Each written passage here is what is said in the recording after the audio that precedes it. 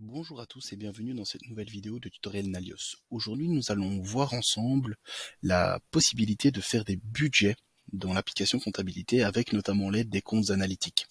Alors cette option qui permet de faire des budgets a plusieurs intérêts. Le premier, c'est de suivre vos budgets globaux dans votre entreprise si vous en avez la nécessité.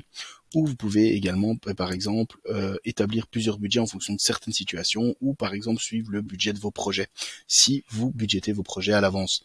Ça va permettre en fait d'avoir vraiment une centralisation de vos coûts et de vos revenus par rapport à certaines données. Donc en fait, pour faire ceci, vous allez dans comptabilité et puis dans budget. Vous voyez qu'ici, nous n'avons pas l'option. Pourquoi? Parce qu'on doit encore aller l'activer. Donc pour cela, vous pouvez aller dans les paramètres et aller dans la gestion de budget, donc comptabilité, et utiliser des budgets pour comparer les revenus et les coûts attendus à la situation actuelle. Nous enregistrons. Et donc maintenant, si on retourne dans l'application comptabilité, on va pouvoir remarquer que nous avons en plus la possibilité donc de gérer ces budgets. Donc je vais aller dans comptabilité.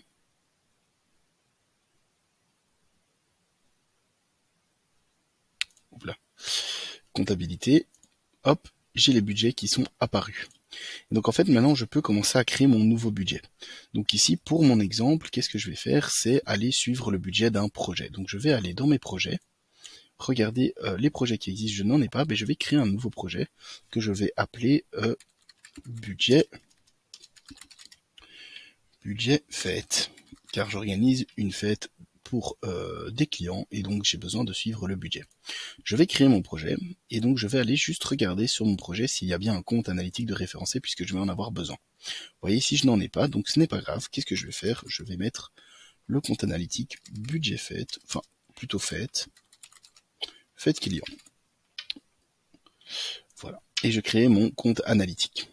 Comme ceci, vous allez voir que si je veux enregistrer, Odoo va me dire que je dois mettre le plan, mais nous ici on va rester sur le plan par défaut.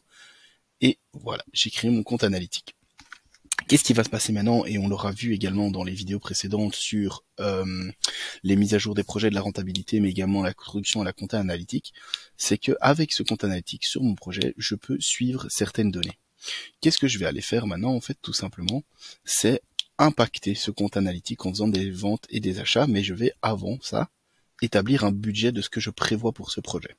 Et donc pour ça, ça se passe dans la comptabilité, budget, et je vais créer mon nouveau budget maintenant que j'ai mon projet. Donc je vais lui donner le même nom pour m'y retrouver facilement. Et je vais ajouter des lignes. Alors vous voyez qu'ici vous avez les lignes post-budgétaires. Les postes budgétaires, on y reviendra après, je vais d'abord mettre fête client et la date de début. Mais je sais qu'en fait la période ici, ça va être pour le mois d'août, le mois de septembre, pardon, comme ceci. Je sauvegarde. Ah oui, fatalement, hop, j'ai dit donc pour le mois de septembre, avec une date de paiement qui n'est pas obligatoire, donc je ne vais pas la mettre pour la simple et bonne raison que je n'en ai pas besoin ici. Donc voilà, ici ce qui va être important c'est le paramétrage des montants, donc je vais agrandir la fenêtre pour que vous puissiez les voir. Donc le montant prévu, le montant réel et le montant théorique. Vous avez également un pourcentage de réalisation comme vous pouvez le constater ici.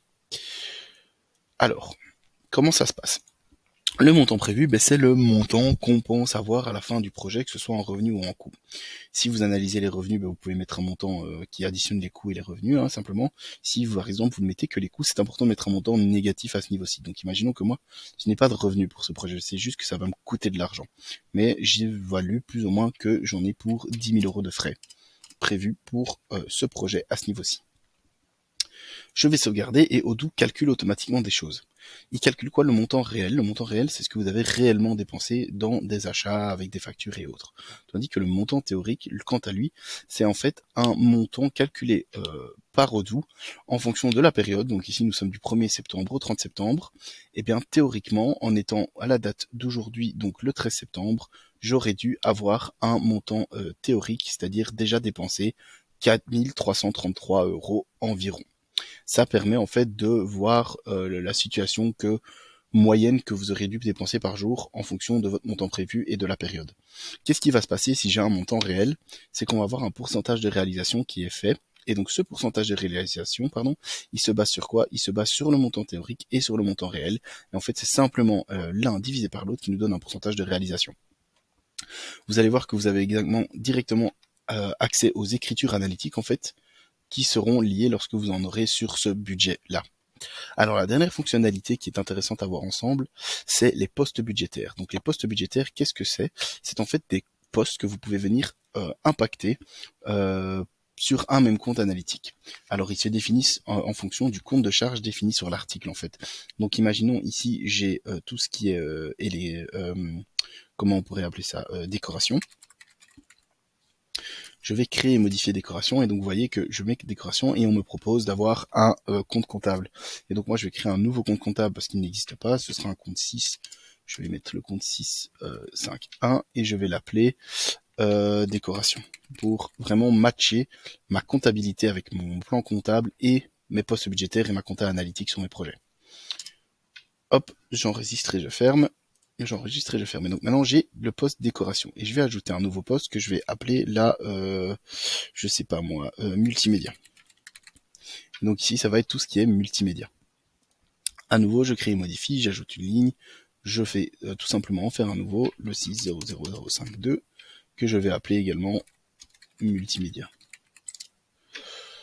J'enregistre et je ferme, j'enregistre et je ferme. Je vais mettre mon compte analytique. Très important, vous pouvez très bien faire un budget qui comprend plusieurs comptes analytiques également. Ici j'ai mis juste le compte analytique fait client parce que c'est mon projet et que je suis ça uniquement là-dessus, mais ça aurait pu être très bien fait ailleurs. Je sauvegarde, je vais confirmer, et donc vous voyez que, hop, j'ai oublié de mettre un montant théorique, je prévois 5000 € en multimédia. Voilà, donc je prévois de dépenser plus ou moins 15 000 € pour ce projet.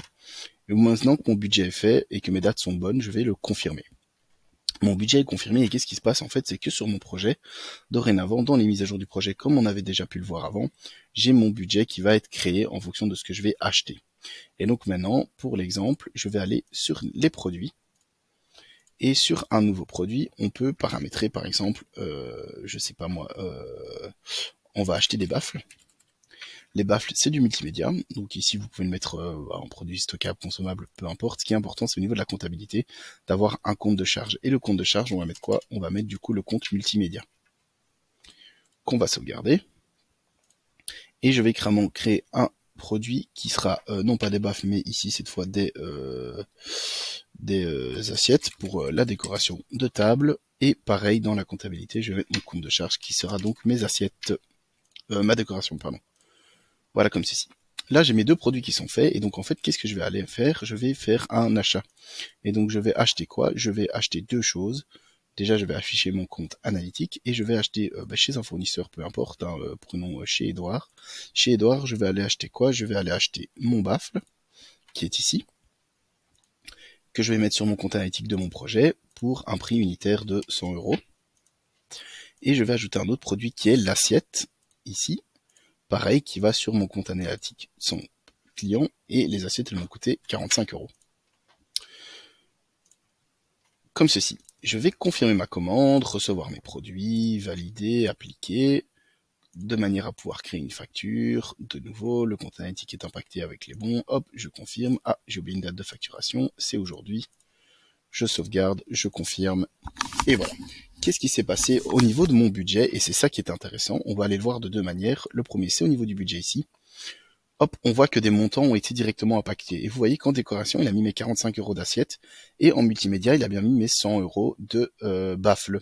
Et vous pouvez les retrouver dans les écritures analytiques à ce niveau-ci. Faites client, qu'est-ce qui s'est passé? Je vois que le 13/9, j'ai un PO d'assiette pour ce compte client d'un tel montant.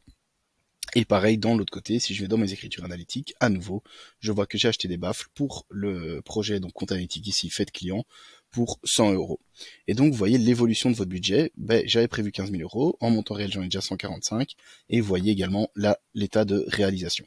Et donc ça permet vraiment de suivre facilement sur votre budget en fonction des comptes de charges définis sur les articles, un peu une visualisation, de tout ça. Et donc, je disais qu'on pouvait aller de deux manières. La dernière manière, avant de clôturer cette vidéo, c'est de la mise à jour du projet, évidemment. Vous avez deux choses. La première qu'on avait vue ensemble, qui est la rentabilité, donc les bons de commande, on voit que voilà, tout ce qu'on a été facturé et autres au niveau des bons de commande. Et on voit également maintenant le budget qui s'y est mis avec le suivi et l'écart, qui est en fait la différence entre la prévision, et donc c'est ce qui me reste à dépenser. Je peux encore dépenser 14 855 €. Et donc en fait, depuis cette vue-ci, sur votre projet, vous avez vraiment tout le suivi si vous y avez ajouté un budget. Vous pouvez également directement ajouter un budget depuis le projet si cela vous en dit. Voilà, c'est tout pour cette petite vidéo. N'hésitez pas à nous laisser des commentaires si vous avez besoin de questions par rapport à ça. Et je vous souhaite une bonne journée. Je vous dis à bientôt pour une nouvelle vidéo tuto.